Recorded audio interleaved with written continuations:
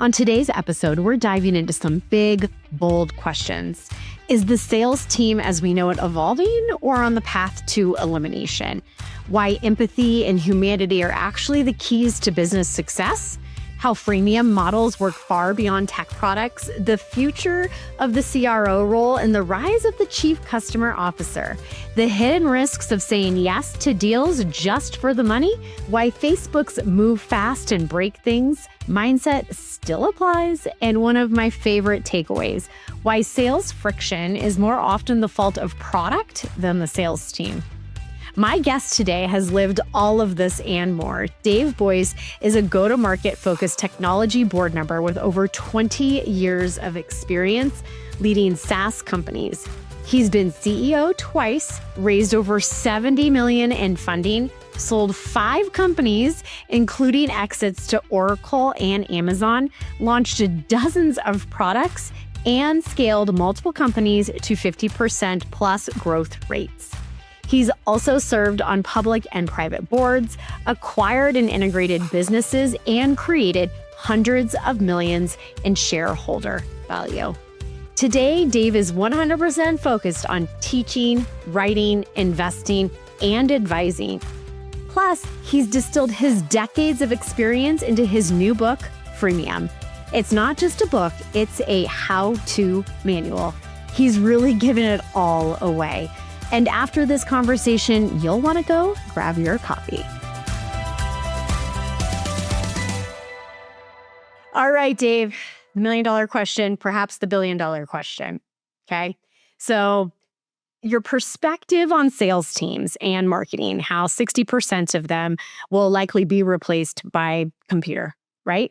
And I think that this is actually a really exciting topic for me, and I'm going to explain to you why.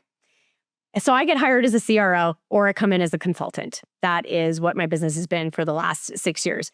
And a lot of times I'll come in and the CEO will be like, we've got a sales problem. And I'm like, do you have a sales problem? And actually, a lot of times they don't have a sales problem. They have a product problem, a messaging problem, a marketing problem.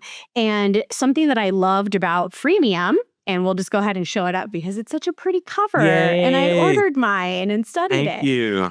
So what I love about Freemium, even if we just don't even think about what Freemium is right now, is that it's product-led, which means that if I go into an organization that is a freemium product, right, that is a freemium product model, the product is going to be so much better than what I've ever seen before. And perhaps then if something's not selling, it is a sales problem. But if the product is broken, you can't wave a magic wand on sales and get it fixed. So I would love to dig into this topic of how mission critical the product is for the sales and revenue growth. So what is your 2 cents on this after I've told you about my experiences of trying to fix sales problems that aren't sales problems?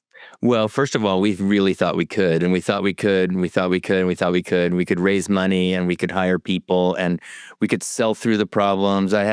Early in my career, I had, really good sales leaders who I really, really liked, who would say things like, never confuse sales with implementation. Like their point of view was, let's get the sale done. Implementation is somebody else's problem. I'll move on to the next sale.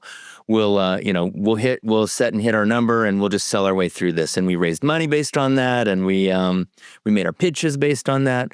Product will catch up eventually. Ooh, that's a great quote right there. Product will catch up eventually. Yeah.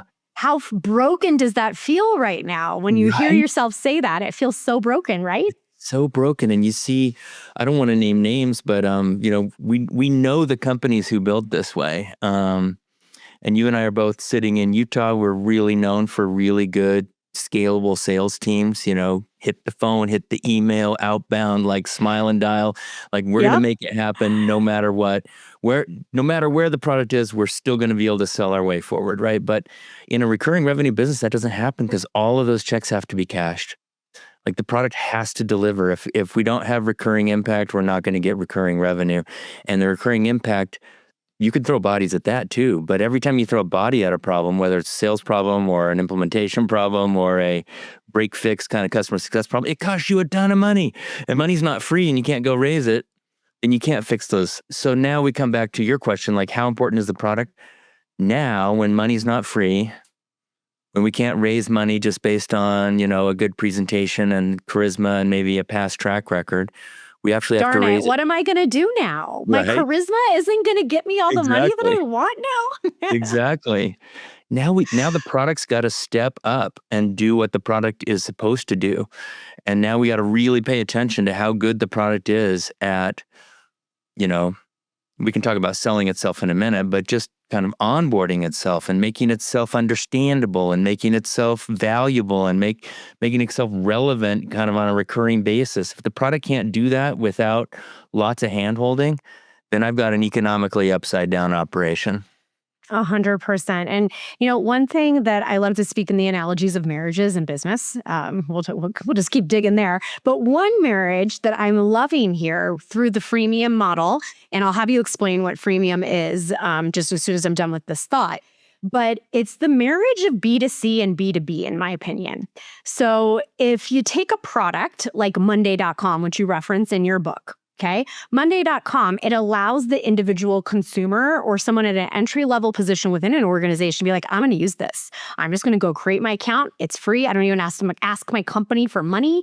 I'm going to test this out, right? And then they start using it and implementing. And then all of a sudden, the head of tech is like, what are you using to be so successful? And then all of a sudden you have ascension into enterprise from that consumer, right?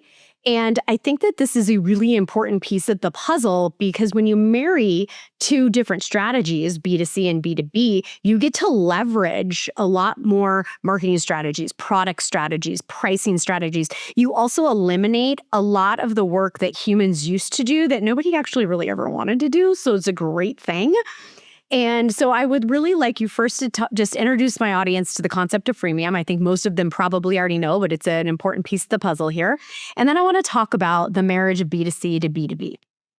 So I was sitting at, we had two professor friends, married couple over for Sunday dinner the other night. We were talking about freemium. I'm like, there's a word for that when you put two words together. And she's like, portmanteau. I'm like, yes, portmanteau. And I'm like, that's why you're the professor. I forgot that word. Yeah, I was going to call it a word smash. So clearly I'm not the professor. A word smash, exactly. It's free and premium. It's a portmanteau for all of you academics. But really, freemium it's a well-known term in some circles. It makes sense when you think about it. I'm going to get something for free, and then I'm going to upgrade to the premium model. It's an easy way to think about a go-to-market process, but it actually it portends even more than that. Like not every single self-service or automated go-to-market motion starts with free. Okay, great. And not every single, some of them start with a free trial, not a free forever. Okay, got it. So then that's not freemium, right? Like fine, that's just the title of the book. What we're really talking about is a bigger thing, which is, to your point, like this marriage between consumer and business life. It used to be, that we would sever our brain and when we would enter our work life, we would forget about how convenient everything is on the outside. And we would put up with like green screen, horrible B2B, products where you need training to learn how to use them and then where you need hand holding to kind of make your way through when you get stuck. Even though everything on my phone is easy and everything on my PC is easy and everything on the internet is easy, when I get to work, it's all going to be a pain in the butt. That is not the way the world is going. Like those two worlds are merging. Like I'm going to bring my expectations for my personal life into work. And then like your Monday.com example. And then when I find something that's easy to use, I'm going to be like, forget all those hard to use things. I'm just going to freaking use this one. Like, yep. This is great. And I'll just make progress in my life with whatever I can find with the same way I do on the outside. So I think that marriage is really important. I think a lot of people have recognized it, but not all. Like we have a long ways to go. That's why I wrote the book because, not everyone is Monday.com. Yeah, absolutely. I think for me, from like the sales perspective, like a cycle for enterprise, a sales cycle for an enterprise sale, I mean, it ranges vastly. You could get lucky and get it in 90 days, but most of the time it's like a year, 18 months, something like that. And when I think about the vision of having internal advocates that I didn't have to find and recruit, they're already using the product, right? And one of my favorite things in the freemium model is the illustration of the illustration of the pricing. So you have your free, you have your tier 1, tier 2, and then usually like contact sales for enterprise, right? And so I'd like to gear the conversation over here to the future of the salesperson, because one thing that I love what you've said multiple times and on your other interviews and in your book is it's about empathy and generosity. And those human touches are still going to be needed. And my personal view, well, I'm also like I'm an early adopter. I'm like, give it to me right now, is probably the first person using AI. But it made me more interesting to hire too. Like I'm always on the cusp of things. So it's always helped me. But when I think about it, I'm happy that this is happening, because from someone who used to, wear the stilettos and the nylons because it was required and climb up all the stairs and have all the products to sell and all of the things, to now know that stuff that no one really ever wants to do can now be taken over by a product-led growth strategy, and humans can come in when it's super important. So I'd love for you to expand a little bit about like where the place of the human salesperson is in this model. Love it. So the book I'm about to reference wasn't published when I had to be pencils down on Freemium, which by the way was like a year ago. So frustrating. Ooh. Like Oh. the traditional publishing market is not product-led growth. Like, Maybe so they like, have something to learn from you. They should oh my read your book. goodness, so frustrating. Like I had to make sure, like I could see, obviously I could see AI coming, 3 years ago, 3.5 years ago, and a year ago I could see a lot of it, but I had to make sure that we were forward leaning enough that when the book comes out, it's going to be relevant. Anyway, so this book, a book called Unreasonable Hospitality, was published in the meantime by a guy named Will Jadara, and he's got a great quote in there. I've actually adapted his quote. I'm attributing it to him. The concept is his. Automate the predictable so you can humanize the exceptional. I mean, it just warms my heart, makes me Right? feel great. Yeah. And You were saying nobody ever wanted to do the paperwork. Nobody ever wanted to write the quotes. Nobody ever wanted to do, I mean, we do want to do solution design and some of that is automatable, but there's pieces of drudgery in that kind of, that could all be automated away. And as soon as it is, then I can rise up and be who I was put on the planet to be, which is, a human that's going to work with another human to solve a problem, like on the same side of the table as you. Let's work on this together. The product will take care of all that stuff. Let's work on your stakeholder alignment. Let's work on your business case. Let's work on your strategy. Let's work on your adoption plans. Like those are strategic things that humans can do while we're trying to find courage and conviction around kind of a transformation that the product can't do. Product can do all that other stuff. yeah, absolutely. I've read that book and I love it. I It's think it's great, fantastic. right? Yes. I mean, I don't know how much of my shelves you can actually see behind me, but I'm a little bit of a book dork. I read them all. I love them all. And, and I also appreciate that you always say, always be curious. I heard that on one of your other interviews. And that's actually my slogan for my original business. So instead of saying always be closing, Love it. I changed Yes. that to always be curious. Because it opens the gate. And being a strategic thought partner, I don't care what people say about AI. Like you can say whatever you want. It can take whatever evolution it can. I could have a robot making me dinner next year. Super cool. But what will never be replaced is the human core desire to be around other humans, to collaborate, to strategize, to innovate. That will never go away. So in my opinion, with Freemium, with product-led growth, it gives us the space of elite sellers, strategists to actually do the work that feels really good and energizing. And this is why you're not threatened by it. Some people might, if you think that your job is to write proposals or to negotiate discounts or to, figure out terms, that stuff's all going away. Like put that in the category of the things that the machines can do, that AI can do. If you Yeah, thought that was your bye-bye. job, then yeah, you got some upskilling to do. Totally get it. But you're not Yes. threatened by it because you never thought that was your job.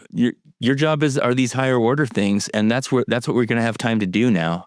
And so now when the salesperson shows up, and you brought up empathy, it's way more natural. Let's say they've already started. We'll just stick with the money.com example. Let's say there's already a pocket of usage of money.com within my prospect company. And I want to go engage that company in a person-to-person dialogue.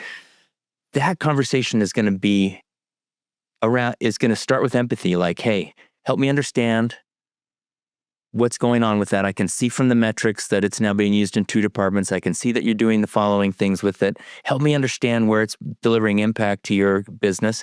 And is there any way that I could help? Like, I'm just here to help. It's not what can I sell you, it's how can I help you? That's an empathetic and generous mindset. And it doesn't take PLG to do that. It just takes, time and space to be the human that we were meant to be. 100%. Like, I'm a female revenue leader. There's kind of just a handful of us. Like, I don't know very many of them, right? Yes. So I've taken a very different approach, like not a bro closer, not forcing things down the throat, just a completely different approach. And what I have seen in my approach versus other approaches, I'd love to hear your opinion on this. It's the stickiness. So people don't have buyer's remorse. They become your biggest fan. And that's another thing that Freemium allows you to do is people who are already using your product can be like, hey, you should use Monday.com. Like, here, it's free. Like, just try it, right? So you create these advocates, these clients that are customers that are advocates for you. So for me, it's stickiness, it's retention, it's building a tribe of people who want to share your product. And if you're a bro closer or if you have hardcore tactics, like, you might get the sale, but there's a lot of regret on the other side. So and that's one of my favorite topics to talk about. And there is no regret in the freemium. Well, so let's talk about that. Everything we've discussed so far has been like a great setup. It's sort of like, it's the setup to the book, part 1.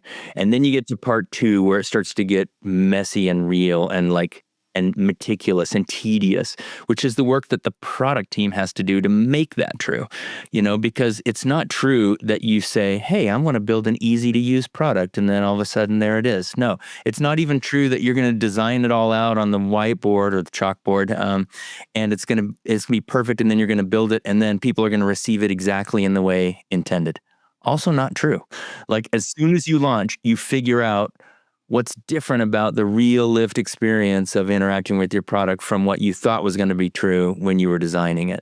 So in this world, we iterate a lot. We launch. You don't launch and move on. You don't launch and forget, or set and forget. You launch and learn. Like, the learning happens as soon as you're live.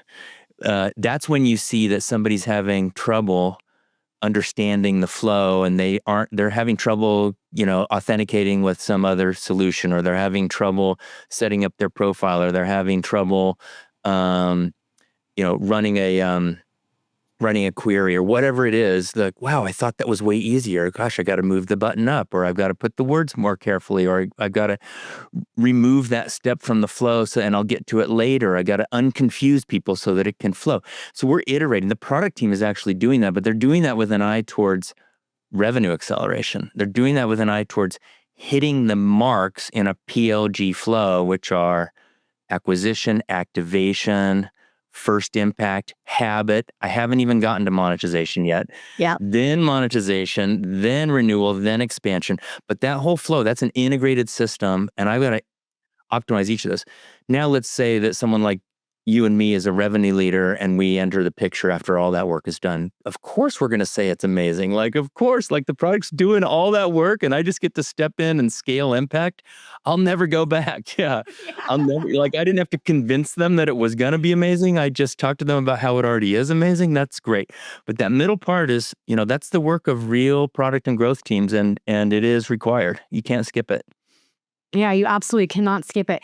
One thing I want to talk about in what you just said right now in the loop is the habit forming. So I actually find this to be the most interesting piece of the puzzle for me, because if you can't create habit, you can't create sticky, you can't monetize, you cannot grow. Yeah. And habit, it is such a critical piece of this puzzle. So I'd actually like to take this a slightly different direction and talk about some ways, if somebody's listening right now, how you create that habit. Because to me, that is where the fall off is in the model. Yeah. Super, super important. Habit is a really big focus of product leaders who try to build these self-service products. We measure it. I mean, you've heard of DAU, WOW, MAU, daily active user, weekly active user, monthly active user, and it's usually expressed as a percentage of a total cohort. So let's say I have 100 people start on my product in January, by July, how many of those are still daily active users? Oh, 4%. Okay, got it. How many are weekly active users? Oh, 12%. Got it. Okay, how many are monthly active users? Okay, 37%. Is that good? Is that bad? I don't know. Like, it depends on my targets. But that's what I'm trying to optimize for, is of all the people who thought it was going to be a good idea to use this product, how many are still using it, once life happens and once they forget and once they kind of finish their first project and move on, are they coming back? Like, did they get enough impact that they come back? Are they building a second, schedule, or are they publishing a second payroll? Are they building a second design and a third and a fourth? So this habit building, there's a lot of tactics in there, Michelle, but the Which one are your favorite tactics? one of my favorite tactics is collaboration. So if I'm building something in a silo, great. I'm a forgetful guy. I can get done, publish, done, hit print, never come back. But if I ask somebody for feedback on it along the way, I might get some input, after I hit print. Oh, I just remembered that. And then I go back in there. Or if I pull people into a collaborative design or a collaborative process in general, I've created a community. Now maybe they're building something and asking me for input. And now all of a sudden, like, I'm in a system that's not just me, myself, and I in a kind of silo working on my project. I really love building natural collaboration into the product experience that just keeps the flywheel going. It's not always easy. On Zoom, it's easy. I can only have like a conversation if there's another person on the other side. On Slack, it's easy. I'm within a team. But some other products like Canva or Dropbox, I could use it in solo mode, or I could use it in collaborative mode. Anything that I can build in that creates collaboration is going to extend the life long enough to where it becomes a habit for me. Yeah. Would you say that it's the goal when you're building the product to try to build for daily use as much as possible? Yeah, in general. Yeah. And if not daily, then weekly. And weekly. Yeah. And if not weekly, then monthly. But yeah, we're trying to be as frequent as possible. Like, we want to add value in your habitual life so that, we just become part of what you do. And by the way, the apps that do that on here are the ones on your home screen, right? Yep, 100%. The other ones are the ones like 3 screens behind that you never go back to.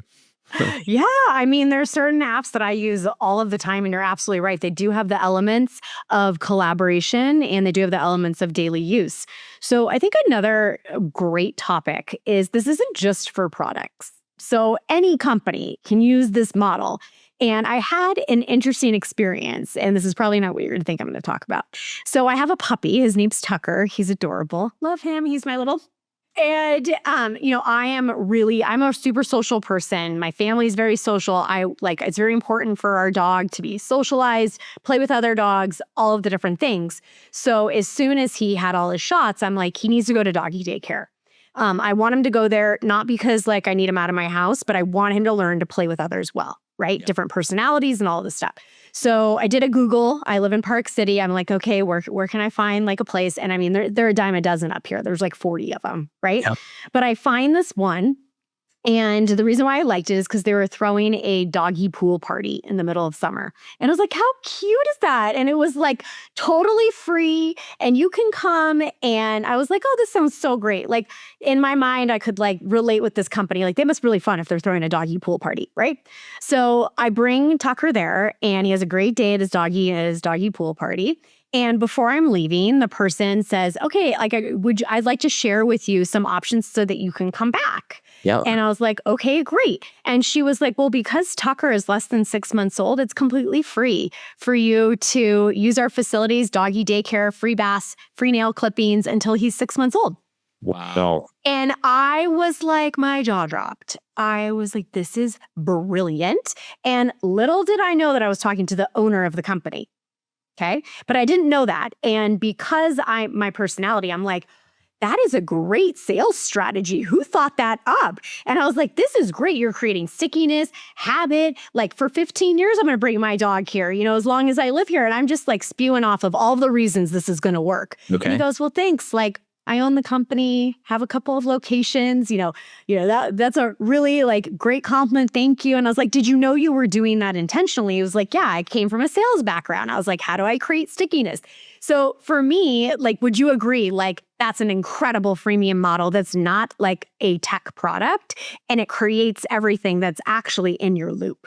100%. And I'm guessing, how long has Tucker been going? So he just passed his 6-month mark. So now Yeah. I'm paying for it. So 2 months. I started him at 2 4 months. months. And did you meet other doggy parents in the meantime? I did. I ran into people in the lobby and we were hanging. And you can bet I told everybody who has a puppy around here about this, that, it's free for And then you till met 6 months. probably whoever works in the lobby. You obviously met the owner. You met some of the technicians or whatever they call them, caregivers or babysitters. I don't know what you call them. Puppy sitters, maybe. I don't know. So all of a sudden, like when 6 months rolls around, it's a habit already for you, and you've got relationships and you've got collaboration and you've got kind of momentum kind of on your side to just kind of like, keep giving Tucker these amazing experiences. You experienced impact. You experienced it in a way that was very empathetic and generous. And it would actually take work for you to extract from that and go find something different. So that's a great example. Love it. Now, the tricky thing, do you remember the owner's name? Scott. So the tricky thing for Scott is he's got to figure out what's the marginal cost of delivery for that service during the free period. Does the benefit and kind of the conversion rates, of just thinking from a sales and revenue, the conversion rates and lifetime value of Tucker and Michelle outweigh the cost the price that I invested in those 4 months of trial? But we make those decisions all the time. And and it's just, what are you going to invest in? Are you going to invest in a salesperson that's going to call Michelle over and over and over, and she's going to get paid a salary while she's, sending Michelle emails and trying to recruit her, and we're printing out brochures and we're leaving it on her doorstep? Okay, great. That's one way to spend money on a cost of acquisition. Another way to spend money is just let her bring her dog for free for 4 months. In both cases, I spent a certain amount of money. In both cases, I have the potential for lifetime value from Tucker and his, hopefully long and happy life. It's just a business strategy. And freemium is indeed a very legit way to pull customers into habit in a way that's going to be long-term sticky. Yeah. And, the recurring revenue model, right? That's the other part of this. And Right. I feel very strongly that every real business has recurring revenue. And if you're constantly chasing transactions, that is a really stressful business model. And B, you don't create a lot of the elements that just makes business growth easier, like loyalty, tribes of people who are like referring you. It also, from a cash flow perspective, to pay your people, pay facilities, rent, whatever it is. So Scott then sells a membership after that. So it's $60 a month. Yep. And that guarantees always being able to drop your dog off for either boarding or daycare. And then also $40 of that goes back that you can use for services. But it is a recurring revenue. So for me, that was just like, there's way to go, Scott. Love it. Good job, Scott. You know what I mean? I'm like, go Scott, go Scott. So I think the message I wanted to send here as part of this conversation is that you don't have to be a tech product to use your model. I don't think you do. I think it could be applied to a lot of different businesses as well. I'm curious, like, first of all, you can disagree with me. And then two, if you do agree with me, can you think of a story in your life where you were able to help a company that wasn't necessarily a tech product implement a lot of these elements that helped them be more successful, grow faster, and have higher profit margins? Yeah, yes. I get a lot of pushback, and I'm here for all of it. And I don't mean to be like a missionary salesperson for product-led growth or freemium. When it works, it works, and when it doesn't, it doesn't. Like, I want to lead with empathy and generosity also. So, you're not ready, great. You're ready for only a piece of it, great. You don't think it works in your market, great. Like, but I do want to help you think through kind of why it's working for your direct competitor right now, and it's not working for you. Like, okay, so that's real data. Like, so let's pay attention to that. Let's figure it out. Is there something there that we can learn from? But to answer your question directly, and we have a mutual friend, I know this from when we met before, who runs a real estate company.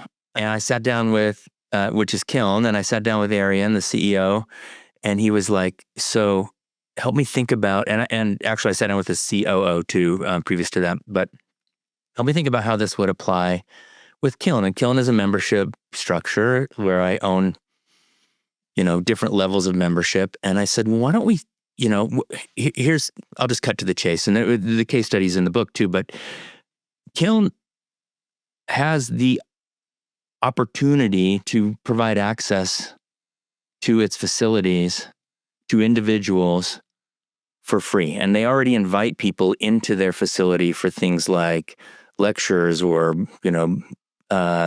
book launch events or hackathons or meetups. And so amazing. So now you got all these people like coming in. How do they learn of it? Oh, they're on an email list. Okay, got it. How do they ticket that? Oh, I have something.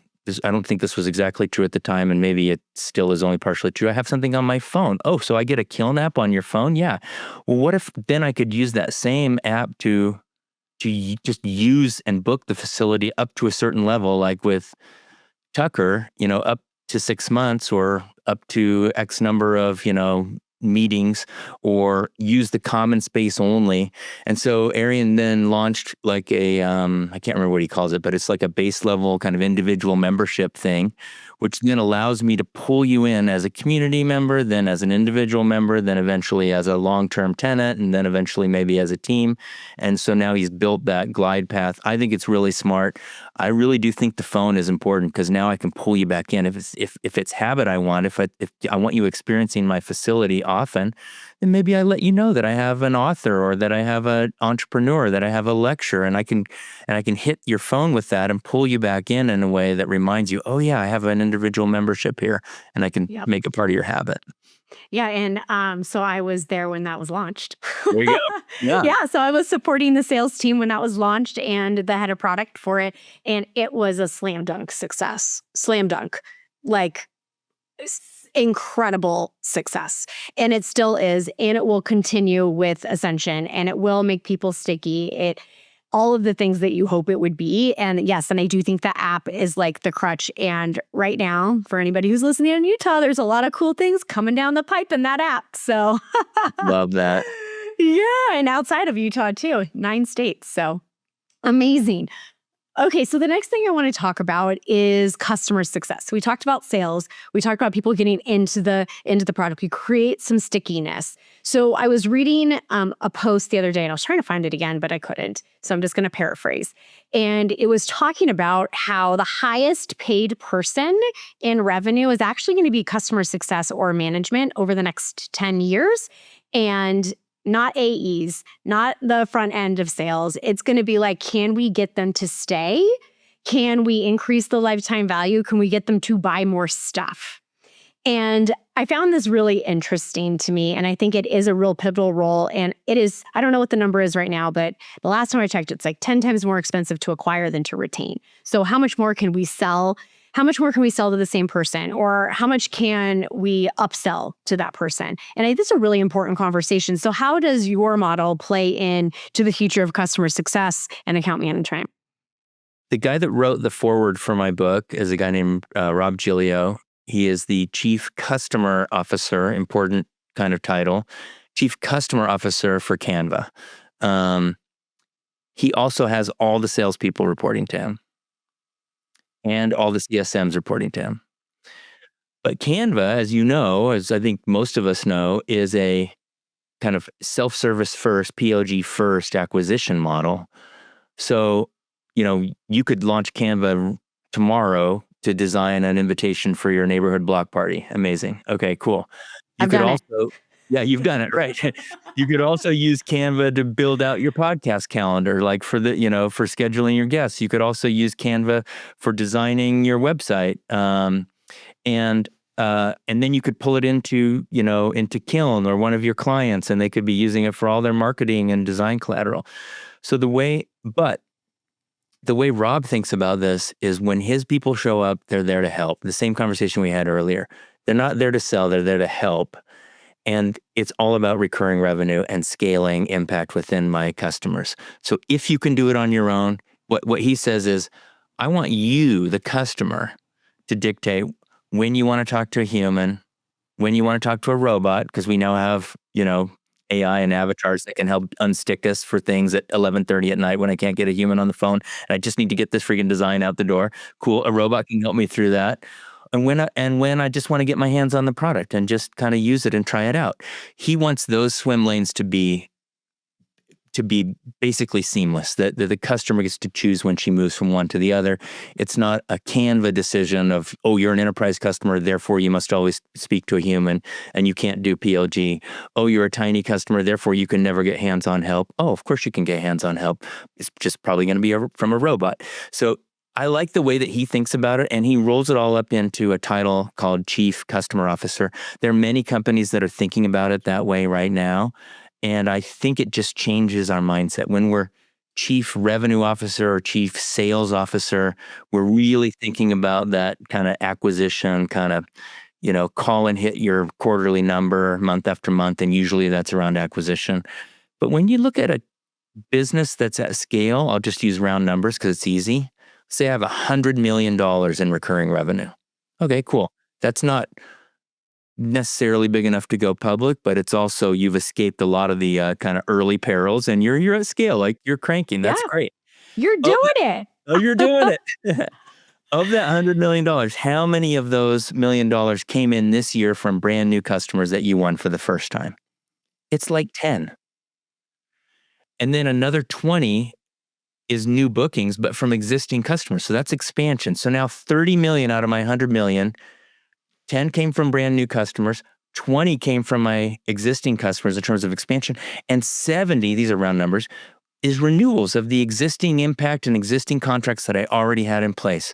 So now 70 plus 20 is from my existing customers, all dependent on whether they're having a good experience with my product and achieving impact. And only 10 are brand new customers walking in the front door. I can't starve out that 10. I gotta have a 10 this year and 12 next year and 14 next year. Got it. But to your point, it's, that the chief customer officer, the experience officer, and the product officer, and the ones that are delivering that month after month, or let's say day after day, week after week, month after month impact, that's what's protecting 90% of my revenue. This leads really well into my next question, which I didn't think it would. And so I'm really pleased by this. There you go. Perfect, right? So the evolution of leadership that touches revenue. So the CROs, the CSOs, now we have, a chief customer success officer. For me, I feel personally that it is on a major evolution path. And like I said, I'm an early adopter, so I want to know all the things so they can continue to help people on this podcast and with my clients. So regardless of title, anyone who is leading revenue growth needs to be thinking about all of the spokes and not just acquisition. So I think that's pretty obvious to everybody listening here. But I also think it's a paradigm shift for a lot of CEOs as well to see the value in that C-level role. And so I'm curious on your perspective for two things is like, if you were to tell a CRO or a chief customer success executive as well, like you need to focus on measuring these three areas, or you need to focus on implementing this. Like this is how you consistently prove your value and stay cutting edge. What would you say to that person? Well, the metrics that the CFO already knows about are fine. You're not going to solve any problems there, but at least you can kind of like track. So like net retention and gross retention. Gross retention is how well am I protecting my existing contracts. Net retention is that, plus am I expanding those same contracts? Nothing to do with acquisition, but acquisition is another thing. So now I've got acquisition, retention, and expansion. Great. I see those all in the CFO's office. Amazing. I could probably quote on those. I could probably monitor and measure those. If you want to get slightly more, which we all do, if you want to get slightly more precise, you're going to cohort those metrics, and you're going to look at of vintage 2022, like all the customers who entered my system in 2022, what's their gross retention and what's their net retention versus the ones that entered in 2024 versus the ones that entered in 2023, because I'm making improvements. Hopefully, I'm making improvements to my whole revenue system, all pieces of it. So hopefully those 2024 vintage customers or cohort customers had a better onboarding experience, had a better sales experience, better onboarding experience, a better customer success experience than the 2022 ones. Hopefully I'm targeting better. And if so, then I'm going to see better retention metrics. And if not, then I need to see if I'm getting worse, then I need to like reverse that trend. Okay, great. So that's just straight up metrics that I can see in the office of the CFO, but putting a cohort lens on it. All right. Well, I think you're asking a deeper question than that, though. Like what's underneath that? Then I look at usage retention. We talked about daily, weekly, monthly active usage, and usage and retention precedes revenue retention, and it certainly precedes revenue expansion. So if I want to know something before the first birthday of my customer about whether or not they're going to renew, that's where the signal is. Are they using it? Yeah. Are they using it on a habitual basis? Are they using it on to our previous conversation, daily, weekly, active? And I can actually work on that stuff. I have signal on that on day 1, on day 5, on day 10, on day 30, on day 90, way before their first birthday, before they have to make a renewal decision. So I can actually track and optimize that, and I can do that on a cohorted basis as well, and make it better, make the chances of each new cohort of customers to succeed on a usage basis higher than they were for the previous cohort and the previous cohort. That's where I'd be looking, is usage retention. I think it precedes everything else. Now, we've got, there are reasons for usage retention. It's not all about the user experience. Some of it's about targeting. So like if I'm like, gosh, I want to get even more granular, and this is what growth teams do, within that 40% usage retention number, are there any sections or cohorts of customers who are 90%, whereas some others are only 20%? The answer is probably yes. You probably find that working professionals with dogs under 6 months and started before their dogs turned 6 months old have a 90% retention rate, whereas retired dog owners who enrolled their dogs at 6 months or beyond have a 20% retention rate. Okay, well, what does that tell me? That tells me I'm going to tell me where I want to target my customers, not necessarily the experience, but the targeting. All of that flows in. We can learn a ton. It means, in fact, cohorting is so important that Amplitude, which is a big analytics platform for this space, they call their customer conference cohort. Because within very nicely named, very nice, within your entire customer base, there are cohorts that are succeeding more than other cohorts, and thin slicing that to figure out the patterns of success and then leaning into the patterns of success is the way you're going to get this flywheel going. I love that. All right, rascals, let me ask you this. How much money have you wasted replacing shoes, sneakers, or even bags that could have lasted way longer if only you'd been taken better care of them? I know for me, running from meetings to kids' activities, life gets messy fast. And that's why I always have Jason Mark Quick Wipes on hand. Jason Mark is trusted care to help you get the most out of what you wear. They're not just about cleaning. They're about protecting what you love while protecting the planet. Their wipes are now 100% plant-based and plastic-free, made from renewable lyocell fibers. They're individually wrapped so you can toss them in your bag, your car, or like me, your kids' backpacks.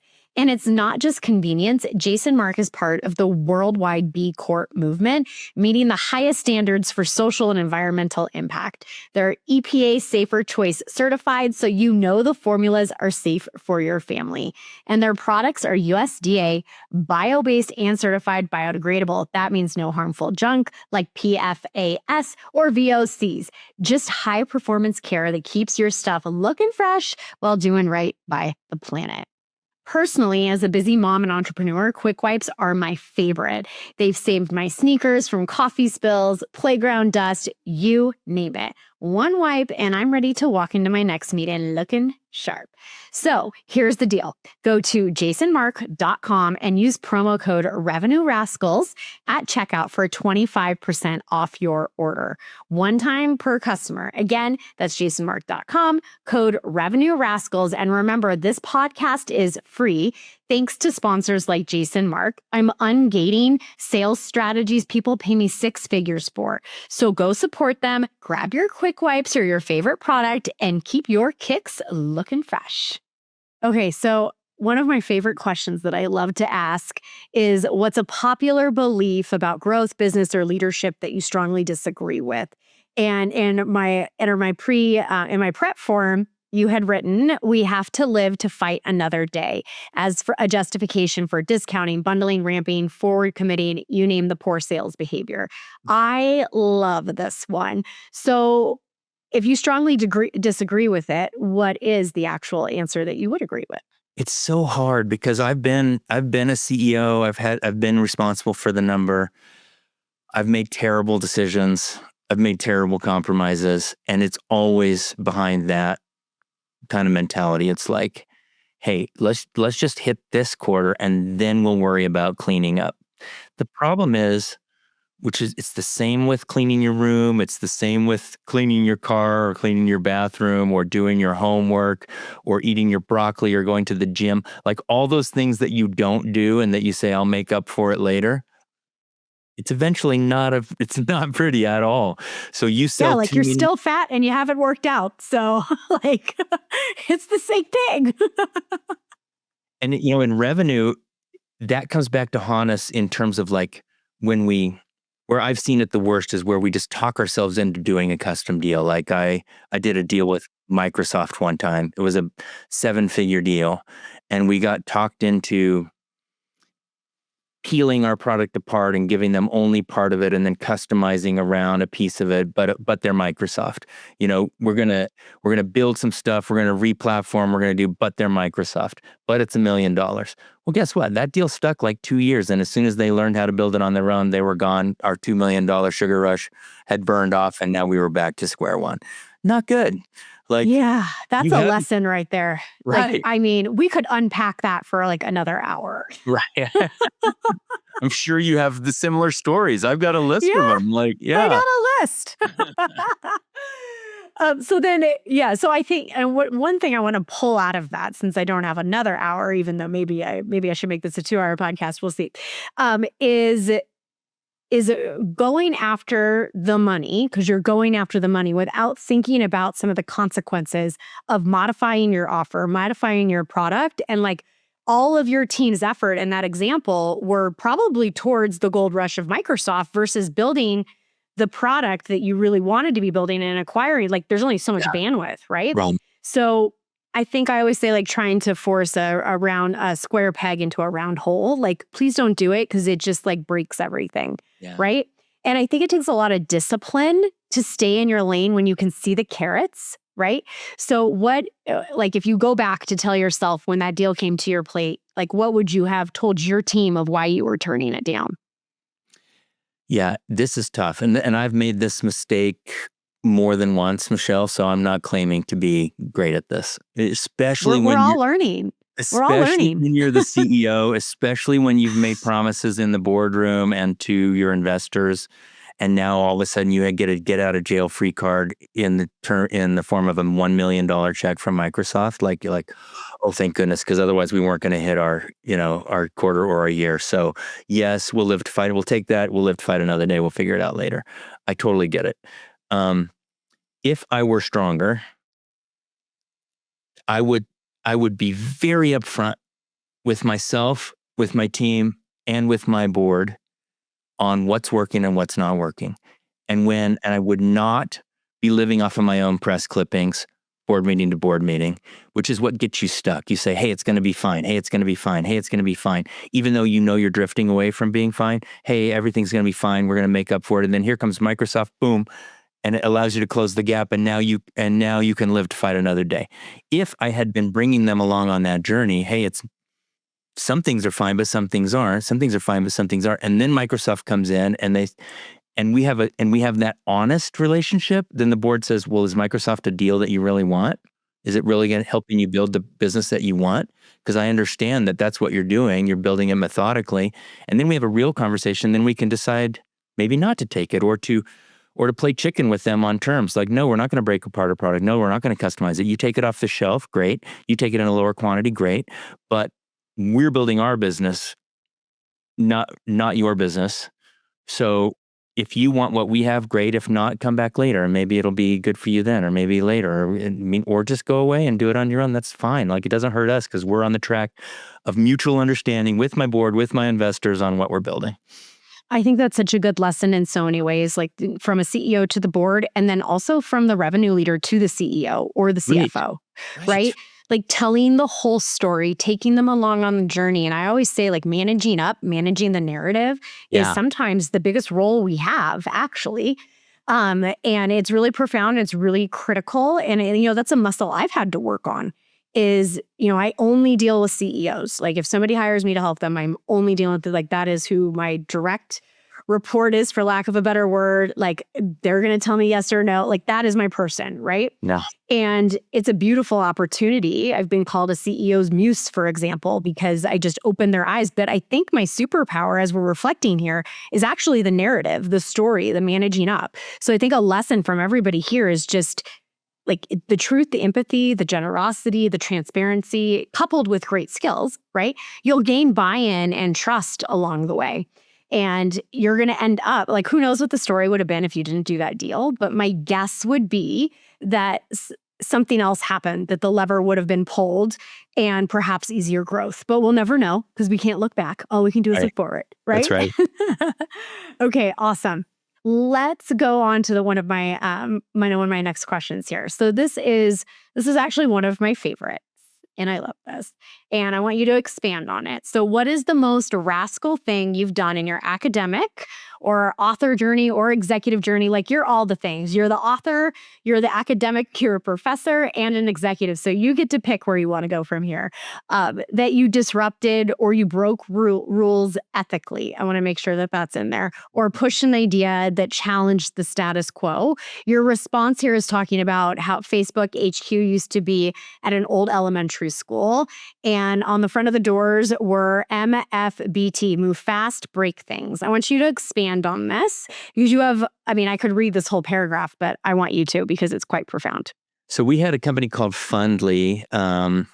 We were right down the street from that old elementary school. Like, we could walk to Facebook, and when at the California Ave train stop, Facebook employees would get off and walk right by our office on their way up to Facebook. So we were that close, and we were working with Fundly was an online fundraising platform with origins in the Mitt Romney for governor and then Mitt Romney for president campaigns. And then it was being used by Meg Whitman for governor of California. And then Mitt's son Tag recruited me to come run it and turn it into a real company. And I said, hey, do you think this could ever be used outside of politics? Oh, of course. Yeah, no problem. Like, American Red Cross and, American Heart Association, like, absolutely is a huge market. And I'm like, do you think this could ever be used by Democrats? That's quite a question. Yeah. Sure. But like, I didn't want to do it if it wasn't going to be universal. So I know that they didn't love this, but we moved the company from Boston to Silicon Valley. It wasn't Boston. Now it's near Facebook headquarters. We sold to Democrats, Barbara Boxer in California, the Democratic Governors Association. We had a lot of down kind of ballot. And then we expanded to nonprofits. So Teach for America, Habitat for Humanity, Miami Children's Hospital. And then we said, you know what? Because I was learning all about PLG at the time, Michelle. Like, I was like, you know what? This is too expensive. We've got too many hands on all these deals. And only a few of them are, Romney for president, raising tens or hundreds of millions of dollars. Most of them are raising like tens of thousands of dollars. And our tiny little fraction of that doesn't pay for all the effort that we put into it. So then we scrapped that whole platform and we started launching for like crowdfunding, like my basement flooded. Grandma needs a new walker. Help Junior get a limo to prom. Like, these are not official organizations at all. But we could acquire them for next to nothing, and we could monetize them and with zero kind of effort. And we could actually make that long tail profitable. So now we're moving in a way that was really not popular, away from these big kind of tens and hundreds of millions of dollars kind of political candidates. We're still leaning into nonprofits, but we're really leaning into kind of the long tail. And that is what ended up working. It was hard, but I kept thinking about move fast and break things because I didn't have time. Like, I had raised money. We were going to spend that money and then it was going to be gone. And if we hadn't become profitable by the time it was gone, then I was going to have to raise money again. And if I could do that maybe once or twice, and then at some point, if my business wasn't working, I was going to have to fold up tent. So I really like, I'm going to use another quote from non-software. Love it. So last Friday, I went and saw the finale edition of Downton Abbey, the movie. And, oh my gosh, how fun. So I didn't go with my friends because I didn't watch it originally and I felt like I wouldn't know what's happening. But there was was like 10 women that all went and couldn't wait. Yeah, you got to invest in the whole thing, but it's amazing. So there's an older British woman, and in their society, they're trying to figure out, what do we do with a divorced woman? Scandalous. Like, is she allowed? Are we allowed to incorporate her? And Isabel, this older woman, says, convention makes cowards of all of us. Because the right thing to do, of course, is to pull that divorced woman into your circle. Convention says she should be shunned. Well, I was in the same boat. Facebook's been in the same boat. All companies have been in the same boat. We think that we're sales-led. All of a sudden, here comes AI. We think that we're in control of the sales cycle. All of a sudden, Gen Zs are making decisions on their own without ever talking to us, and comparing across, user reviews or even AI delivered advice without ever, like, how did you get the product? Like, I'll tell you how I got the product, same way I get all the other products. So the game's changing. If we sit on convention, we're going to get left behind.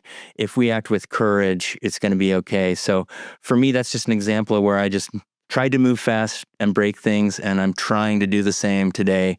Because if I sit on convention, I'm going to get left behind. That is so powerful. I want to see the movie just for the delivery of that. But when you gave that quote, like, I hope my listeners felt it too. Like, I got the chills with the convention quote. Like that. I mean, we're gonna make sure to put that one in the show notes and highlight that bad boy, because that's a really, really good one. All right, Dave, we're coming up on the bottom of the hour here. What did I forget to ask you? What would you love for my audience to know right now? Well, if this conversation has been interesting, I'd thank you for holding the copy of the book up. Freemium really does lay out the playbook for this, and from somebody who didn't start there, but who had to go who understood that the world was going a different place. I wrote it from that perspective. I didn't write it for Dropbox and Atlassian and Twilio and DocuSign, who built that way. I wrote it for the 99.9% of the rest of us who didn't build that way, and we've got to learn, and we've got to catch up, we've got to channel courage. So I would love if you engage in that book, and I'd love to just see you out in the market. Like, I'm rooting at my ripe old age of 57. I'm rooting for humans more than anything, and for courage more than anything. Like, we're all just trying to do the right thing by ourselves, our friends, our families, our teams, and we can, and we will, and we'll create value for all of us, and we'll create amazing lives.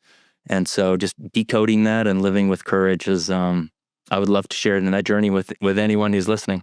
Yes, I absolutely love that. I will tell you, I'm a bit of like a harsh critic when I read books. Just going to let you know. So, because what drives me bananas? It actually drives me bananas on podcasts too, which is why I don't do it on mine, is you write a book just to pitch something, or you go on an episode just to pitch something. And it's so annoying, and most people can just see right through it. So instead, like you had said, and we've been talking about for an hour, it's like generosity, empathy. Like, I'm literally just trying to add value to your life. And I think that's a really important thing to discuss here. And when I read through the book, this is not a book, this is like a manual. This is a manual.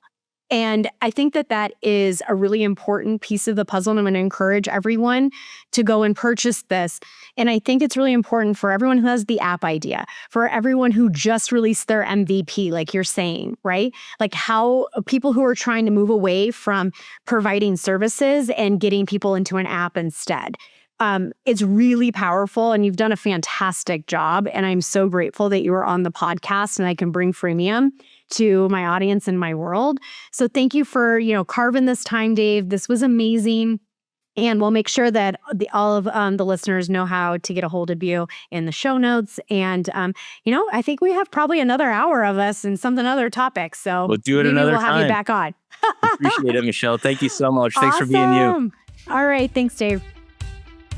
Thanks for listening to Revenue Rascals, where we turn bold ideas into predictable revenue and prove that breaking the rules can still build empires. If you love what you heard, do me a favor. Tap the links in the show notes to support our sponsors. They're the ones keeping this show free so I can keep ungating the six-figure strategies that help you scale faster, lead smarter, and take more freedom home with you. And hey, if you think you'd make an incredible guest or know someone who's built something worth studying, email me at hello@michelleterpster.com. And until next time, stay sharp, stay bold, and stay just a little bit rascal.